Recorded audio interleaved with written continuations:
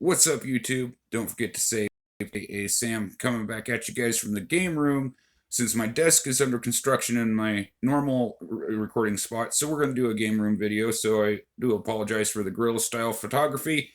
I'm working without a net over here. If you guys like my content, drop a like, leave me a comment, subscribe if you haven't. With all that said, guys, happy 159th anniversary to the Gettysburg Address. Now, for the little known fact, or maybe it's a well known fact, I'm not sure. It depends on what circles you reside in. Um, Thanksgiving is actually a Civil War holiday. It was Abraham Lincoln who declared Thanksgiving a national holiday. So I feel that's important to bring up around this time of year. I'm not going to go too in depth about that right now because it'll get me too far off topic. But we will be talking about the Civil War. I just figured it was a neat anniversary I could mention there. So what we're talking about today is Robert E. Lee. Now, I feel Robert E. Lee is often misunderstood. When the Civil War broke out, he was a federal officer of the military, and he basically came down to a choice between turning his sword on his own people and his own family, or seceding. And he was against secession. And so anyway, I won't get too in depth in that, but I feel like he's misunderstood. We're talking about a military example though today, so try to look at it through the lens of military thing, and it may make more sense to you.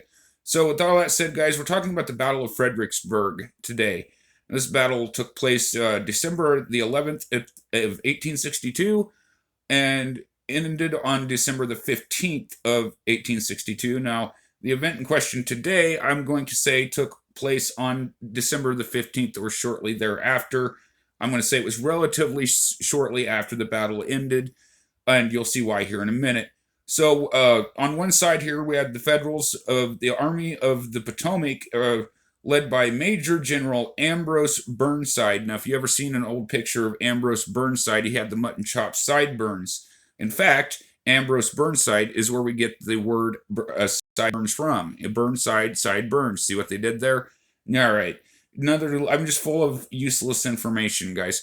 So with moving along here, leading the Confederate Army in Northern Virginia was, of course, General Robert E. Lee, and they were in the hills behind Fredericksburg. They basically had a stone wall in front of them, the Confederates. They were in an entrenched position above the battlefield, and then there was nothing but open field in front of them. As you guys can imagine, Burnside threw a whole bunch of troops at Marye's Heights and over open field and on an entrenched position, and the Federals got cut to pieces. They had 12,653 casualties. Some of those were missing in action.